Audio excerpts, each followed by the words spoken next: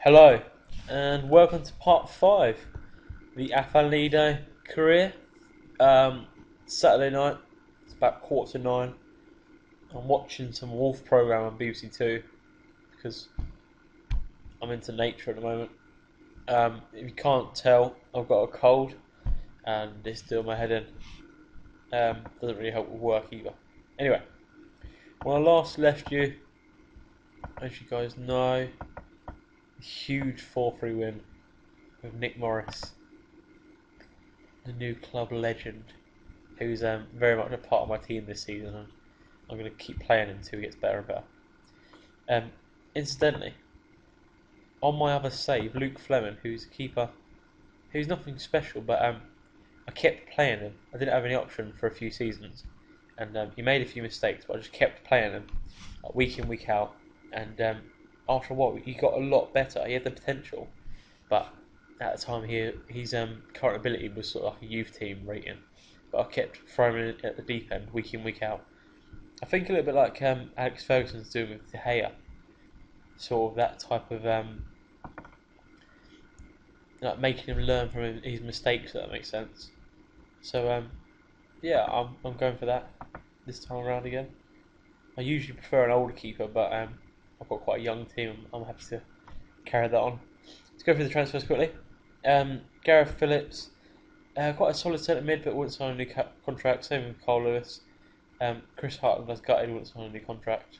Luke Borelli's okay winger, and Hodge and Howard are both fullbacks. But again, nothing special. Not going to break the bank to keep him there. Really happy with Jordan Cranston, um, young left back who has got good potential, good pace, decent tackling as well. Same with Devane Lindo. I think he could be a local one. And we're really competitive at the back now. Signed Aled Hughes, who's in the Welsh under-21s, which I was quite impressed with. Yeah, he's got good pace, got some good mental stats. And last one, Declan Daly, another centre half. Like I said, we're really competitive in the centre back area. Oh, excuse me. So two keepers, Luke Fleming's my first choice, solid keeper, and Andrew Bevan, who's got a bit of potential, so he'll sit on the bench. I always like either a youth keeper or someone that's not very ambitious. Excuse me. To sit on the bench, just so they're content. Someone like a Steve Harper, who isn't doesn't mind if he's not playing week in, week out. Um, I'm training up a few of them as well, so they can play right and left back. But yeah, it's quite solid. As you can see, what's age wise? Have we got anyone? Our oldest player, Kieran Howard, at age of 22, is ridiculous.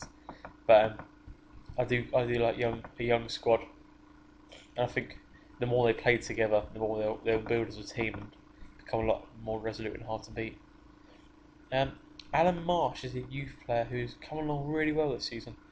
Um, I played him quite a few times last season. Again, just threw him at the deep end, and he did quite well, quite solid for a young player. That sort of late sixes, sort of 6.8, 6.9s, I think is a good effort. And again, if you look at his stats, decisions isn't great, crossing either. But I mean, those are things that he can work on and can get better at. But acceleration, pace, flair, is a good bit of determination as well, which I think he's underrated.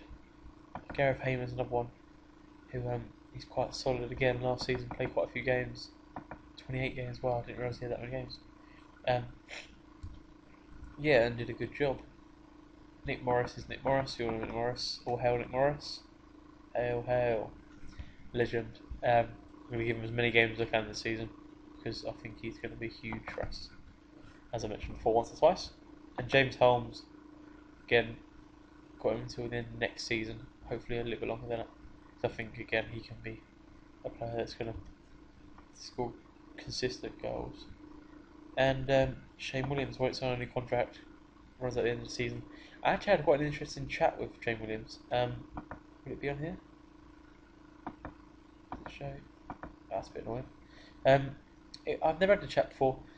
We is it here? Oh, here we go. Um, yeah. unhappy, wants to move to a bigger club. Said, I believe it can grow and promise you to achieve your ambitions. Then he asked me what success. So I told him I'm planning on winning the title this season. And they said, how long it take? Very short. I told him this season. So he's going to stay until the end of the season. So I'm not sure whether if we don't win the league, he's off. So that's a bit of a tricky one. But yeah, we'll see. And transfer-wise, I signed a guy called Timothy Powell, who was in the Tonga under 21s. And the only thing I think he's got a work permit issue. There are a few that I was looking at as well, but a few of them didn't get work permits, unfortunately. Financially, we're in an excellent position right now. 92 grand in the bank. We should stay in the black throughout the rest of the season. A few reasons. Firstly, getting an absolute pasting from Shakhtar Karagandhi. I was a bit unsure. We was heavily favourites for the first game, but as soon as I started playing, I always doubted that we would win. But yeah, we got about 80 grand for that, so that's no worries. 5 friendlies, did a little bit better than last season. 2 draws, 1 win, 2 losses. Played similar teams to last year. Last year we lost all 5. So yeah, good performances in the friendlies.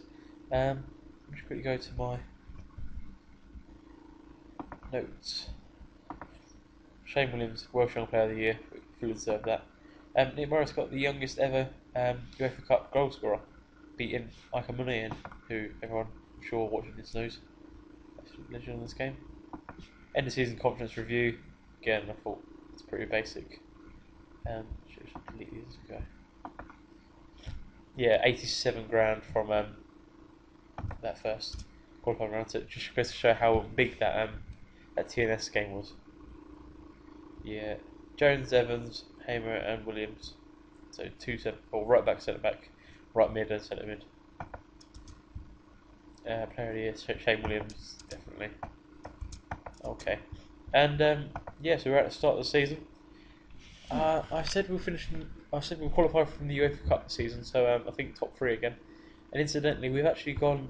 Last season we was 1,000 to 1 to win the league, and this season we're 3 to 1. Um,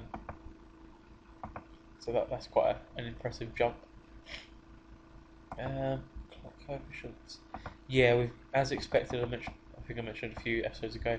We have dropped down to 49th, and what's our 2.0? Yeah, we're gonna have to work hard to get that up, and yeah, it's gonna be pretty tricky, but we'll see. Um, but yeah, personally, I think top 4. We shouldn't finish out of top 4 from now on. Banger and TNS will be our main rivals. I think we should be aiming for that 3rd space, just below. So if this was like the Scottish League, the SPL, you'd imagine you have your Celtic and Rangers, which are the 2 best teams, and then you've got like your Dundee, United, people like that. We aim to be that sort of team. So yeah, I'm going to stick my neck out and say 3rd place again this season, and see where we go from there. But it all depends on how Banger and TNS go.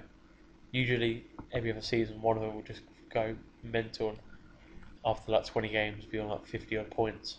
There's no catching them. But we'll see how it goes. That's about it. Tactically, yeah, stayed the same.